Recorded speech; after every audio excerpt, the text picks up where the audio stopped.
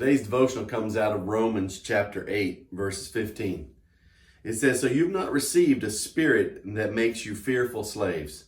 Instead, you received God's Spirit when He adopted you as His own children. Now we call Him Abba, Father. For His Spirit joins with our spirit to affirm that we are God's children. And since we are His children, we are His heirs. In fact, together with Christ, we are heirs of God's glory. But if we are to share His glory, we must also share His suffering." And so this echoes a little bit of what happened with Easter and the suffering that Jesus endured.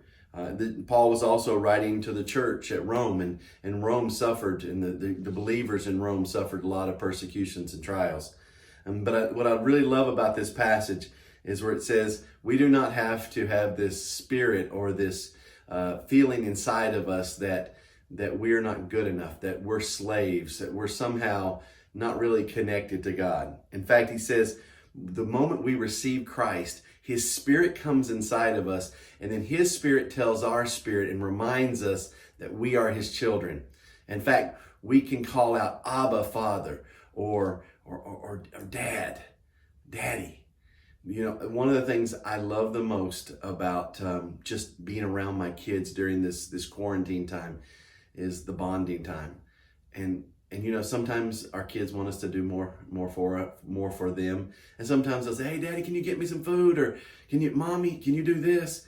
And you know, sometimes, you know, we get frustrated, like, get up and get it yourself. You know, we'd want them to, but there's something special about hearing your child call out and say, "Daddy, I need help." That still touches me to every time I hear it. And it overcomes any kind of laziness I might have to actually get up and help them. There's something powerful about that. And the Bible says that when we become believers, we can call out to God in that way. And He hears us. And imagine how our response is to our children. Can you imagine what God's response is to us and how much He loves us?